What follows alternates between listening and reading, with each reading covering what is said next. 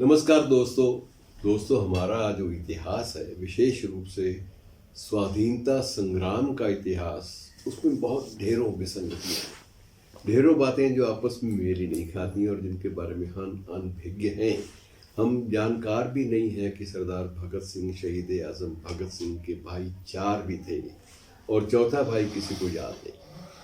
शहीद आजम के एक भाई कुलतार सिंह उत्तर प्रदेश में राज्य मंत्री भी रहे और बाद में एक राजनीतिज्ञ के रूप में उनकी पहचान अलग बन गई थी। एक भाई कुलबीर सिंह थे। कुलबीर सिंह ने भारतीय जनसंघ के टिकट पर फिरोजपुर विधानसभा क्षेत्र से चुनाव लड़ा, लेकिन हार गए थे। और इत्तेफाक ये हुआ कि उनको हराने वाले शख्स वही थे जिन्होंने कभी उनके भाई ने एक वक्त में, उन्होंने खुद तो शायद नहीं, लेकिन उनके भाई ने एक वक्त में शहीद आजम भगत सिंह की बाकायदा शिनाख्त की थी कि हाँ, मैंने इस शख्स को बम फेंकते हुए देखा था और उस शख्स को बाद में विधायक का पद मिल गया। चलिए, ये राजनीति के सिलसिले हैं, ऊपर नीचे होता रहता है, उपेक्षाएं भी होती हैं। लेकिन जो चौथी उपेक्षा है वो बड़ी चुभती है। वो चौथी उपेक्षा ये थी कि एक छोटे भाई भी थे, राजेंद्र सिंह। और राजेंद्र सिंह भी शुरुआती दौर में उनको भगत सिंह ने यही कहा था कि तुम सबसे छोटे हो, तुम एक ही काम करोगे, तुम्हें कोई पकड़ेगा नहीं, तुम सिर्फ ये काम करोगे कि हमारे चिट्ठे, हमारी स्लिपें, हमारे संदेश, हमारे मैसेजेस, ये तुम ले जाया करोगे दूसरे क्रांतिकारियों के पास और उनको दिया करोगे और उनके मैसेज लाके हमें दिया करोगे। तुमसे कोई भी पूछताछ नहीं होगी, इसलिए क्योंकि तुम बहुत बाल्यावस्था में हो। और लेकिन इस दौड़ में हुआ क्या कि शुरुआती दौर में शिक्षा की दृष्टि से बिल्कुल पिछड़ गए और पढ़ाई लिखाई में बहुत कमज़ोर हो गए। लेकिन उर्दू तो उस वक्त बचपन में ही बच्चे सीख जाते थे, तो इनको भी उर्दू से बड़ा लगाव रहा। और इन्होंने जब भारत स्वाधीन हुआ तो उसके बाद इन्होंने सभी क्रांतिकारियों की जिनके नाम आगे नहीं आ पाए थे, उन सब की जो जीवनियाँ हैं वो लिखनी शुरू कर दी अपने ढंग से, मौलिक सूचनाओं के साथ। और ये उसमें वजाहत थी कि ये व्यक्ति क्रांतिकारी आंदोलन में ये था, ये शख्स ये था, ये शख्स ये था। मित्रों, सबसे बड़ी दुखद बात ये हुई कि इनको भी उत्तर प्रदेश सरकार ने पेंशन तो दे दी स्वाधीनता संग्राम के में भाग लेने के आधार पर, लेकिन ताम्रपत्र नहीं दिया। उससे इनकार कर दिया गया कि इसका कोई रिकॉर्ड, क्योंकि इनका जेल का नहीं है, इसलिए हम ताम्रपत्र नहीं दे सकते। अब सबसे बड़ी बात, इनको ये नफरत इस बात से रही आखिर तक कि ये सारा काम जो है, ये इन्फॉर्मेशन सारी जो इकट्ठी करने का दायित्व था, जिम्मेदारी थी, ये सीआईडी वालों को दी जाती थी।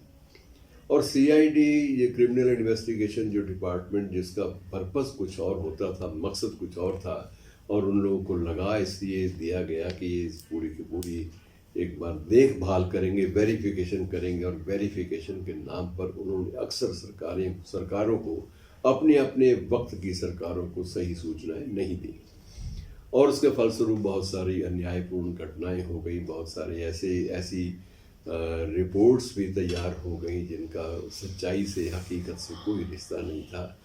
तो राजेंद्र सिंह ने जब ये सुना कि ताम्रपत्र नहीं दिया जा रहा, पेंशन कबूल हो गई है, तो उन्होंने ताम्रपत्र भी नहीं लिया। वो तो लिए, प्रोटेस्ट करना ही था मिलने पर भी, और पेंशन भी वापस कर दी। मुझे हालांकि इसकी सख्त ज़रूरत भी है, लेकिन मैं ये स्वीकार नहीं करूँगा।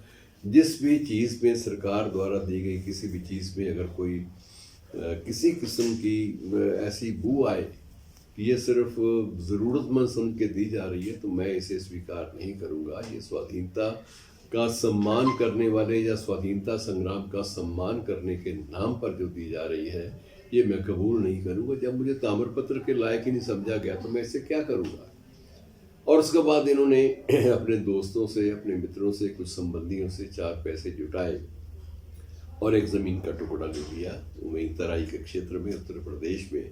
और वहीं उसी छोटे से ज़मीन के टुकड़े के ऊपर खेती करने लगे। धीरे धीरे वक्त बदलता गया, बाद में ये भी विदेश चले गए, बच्चे चले गए थे तो बाद में उनके पीछे ये भी चले गए।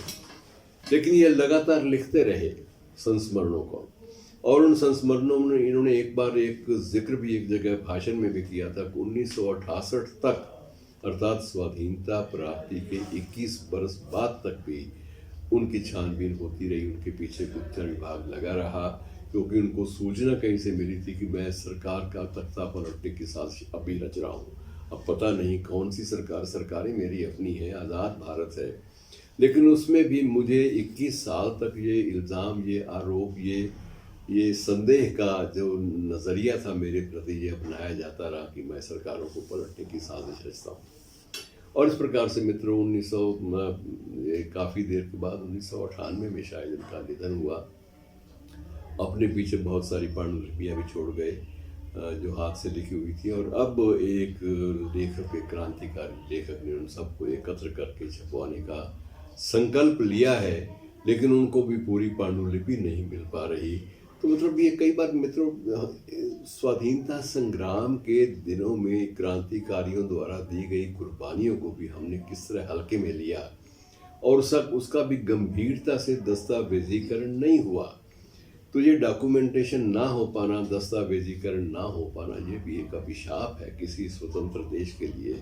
हमारे पास अपने छोटे छोटे मामलों के लिए लड़ाई झगड़ा करने, छोटे छोटे पदों के लिए छीना झपटी करने का वक्त तो है, लेकिन जो गलतियां, जो ऐसी पहाड़ जैसी गलतियां हमसे हुई हैं, जो पाप हुए, मैं इसे समझता हूँ इट्स ए क्रिमिनल, ये क्रिमिनल ऑफेंस है कि आप स्वाधीनता सेनानियों को उनका उचित सम्मान भी ना दे पाए। इससे ज़्यादा गिरी हुई बात क्या होगी।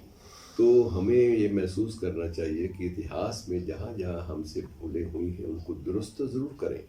ये भी सही है कि हमें इतिहास को दुरुस्त करने के नाम पर उसे नई जगह, नई तरह से परिभाषित करने का भी हक नहीं है, लेकिन ये ज़रूरी है कि जो भूलें रह गई हैं, जो बातें छूट गई हैं, उनका हवाला देकर उनको पूरी तरतीब तो दी जाए, ताकि सिलसिला समझ में आ सके कि हम लोगों ने कहाँ से संघर्ष शुरू किया और किस किस दौर से हमारे क्रांतिकारी गुजरे।